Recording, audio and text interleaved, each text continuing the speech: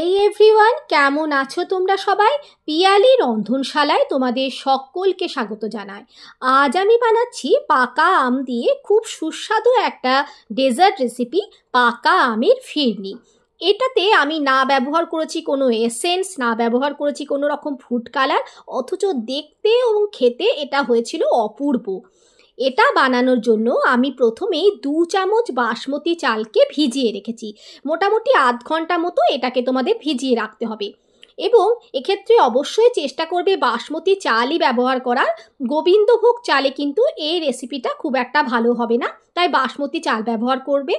এদিকে আমি 500 ml full fat milk জাল করতে বসিয়ে দিয়েছি। আমার দুধটা যেহেতু ফুল ফ্যাট মিল্ক আছে, সেজন্য আমি খুব একটা বেশি এটাকে ঘন করব না। একটু গরম হয়ে গেলেই আমি এখানে চালটা দিয়ে দেব। চালটা কিন্তু গোটা গোটা দেওয়া যাবে না, একটু মিক্সিতে গ্রাইন্ড করে নিতে হবে, মানে একটু দানা দানা থাকবে, খুব বেশি পেস্টও হবে না, আবার গোটাও কিন্তু চালটা দেওয়া যাবে না। এখানে দেখতেই পাচ্ছ আমাদের দুধটা জাল দেওয়া হয়ে গেছে। এখন আমি জল সমেতই আমার বেটে রাখা যে চালটা আছে সেইটাকে দুধের মধ্যে দিয়ে দিচ্ছি। চালটা দুধের মধ্যে দেওয়ার পর একটা হাতার সাহায্যে অনবরত চালাতে থাকবে, না হলে চালটা এক জায়গায় দলা পেকে যেতে পারে, সেক্ষেত্রে তখন পরে ভাঙতে অসুবিধা হবে। সেই জন্য একটা হাতা দিয়ে অনবরত চালাতে থাকবে এবং গ্যাসের যে ফ্লেমটা সেটা এই সময় লোতে করে দেবে। ভালোভাবে মেশানো হয়ে গেলে লো টু মিডিয়ামে গ্যাসের ফ্লেমটাকে করে দেবে। এদিকে আমি যে আমটা নিয়েছি সেই আমটা এখন কেটে নেব। পরিমাণ চাল ও দুধের জন্য একটা আমই যথেষ্ট। আমি এখানে যে আমটা নিয়েছি সেটা একটু সেন্টেড আম। সেন্টেড বলতে কিছু কিছু আমে দেখবি খুব সুন্দর একটা মিষ্টি গন্ধ থাকে, সেই ধরনের আমগুলোকে তোমরা যদি ব্যবহার করো তাহলে আলাদা করে কোনো রকম ম্যাঙ্গো এসেন্স তোমাদের ব্যবহার করতে হবে না। যে কোনো কিছুতে, ডেজার্ট বলো, আইসক্রিম বলো, এই ধরনের আমগুলো ব্যবহার করলে আলাদা করে ম্যাঙ্গো ফ্লেভারের প্রয়োজন হয় না। আমি সেই ধরনেরই আম নিয়েছি, নামটা আমার ঠিক এই মুহূর্তে মনে পড়ছে না, তোমরা তোমাদের মতো দেখে নেবে। এদিকে দেখো আমার চালটাও খুব সুন্দরভাবে সিদ্ধ হয়ে গেছে, দুধটা অনেকখানি ঘন হয়ে গেছে। এই সময় ভালোভাবে পাশে পাশে যেগুলো লেগে আছে সেইগুলোকেও আমি হাতার সাহায্যে চেঁচে চেঁচে দুধের সাথে মিশিয়ে দিচ্ছি। অনেকখানি ঘন হয়ে গেছে, খুব সুন্দর এই সময়ই লাগছে। এখন আমি ম্যাঙ্গোটাকে যেরকম পিউরে বানাই সেরকম করে পিউরে বানিয়ে নিয়েছিলাম মিক্সিং জারে, সেই ম্যাঙ্গো পাল্পটাকে আমি এর মধ্যে দিয়ে দিচ্ছি।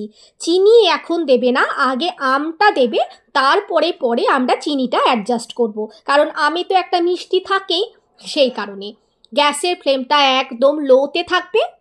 এবার আমি দিচ্ছি বড় চামচের 4 চামচ চিনি। চিনিটা তোমরা তোমাদের স্বাদ অনুযায়ী দেবে, আর চিনিটা ডিপেন্ড করবে আম কতটা মিষ্টি আছে তার উপরে। মিষ্টিটা আমি মিডিয়াম রেখেছি, খুব বেশিও নয় খুব কমও নয়। ব্যাস আমার ফিরনি মোটামুটি রেডি। এখানে আমি 4টে মতো এলাচকে ক্রাস্ট করে দিয়ে দিচ্ছি। এই কনসিস্টেন্সি কিন্তু থাকবে, এর থেকে বেশি থিক কিন্তু করবে না। এই কনসিস্টেন্সিতে তোমরা গ্যাসটাকে বন্ধ করে দেবে। এখন আমার ফিরনিটা রেডি হয়ে গেছে, এটাকে আমি সেট করতে দেব। এর জন্য আমি 2টো মাটির পাত্র নিয়েছি।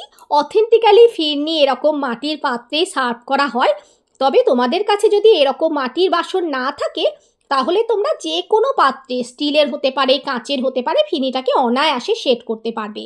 ব্যাস আমাদের ম্যাঙ্গো ফিরনি একদম রেডি।